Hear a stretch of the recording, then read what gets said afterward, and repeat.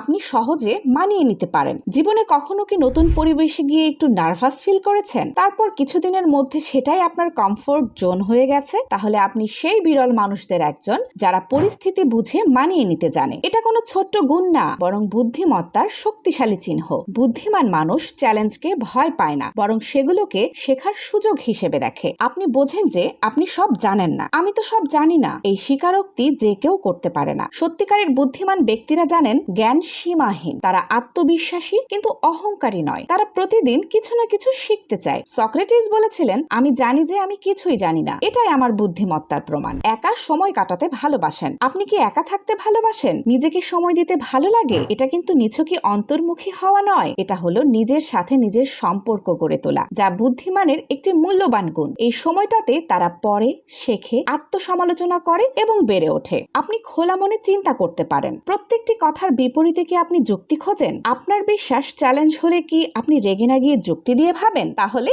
অভিনন্দন, আপনি সত্যিকারের মুক্তমনা। বুদ্ধিমান মানুষরা নিজেদের ধারণাকে আপডেট করতে জানে। তারা নতুন আইডিয়াকে ভয় পায় না, বরং গ্রহণ করে। আপনি চ্যালেঞ্জ উপভোগ করেন। সবাই সমস্যাকে ভয় পায়, কিন্তু আপনি হয়তো চ্যালেঞ্জ দেখলেই উত্তেজিত হয়ে ওঠেন।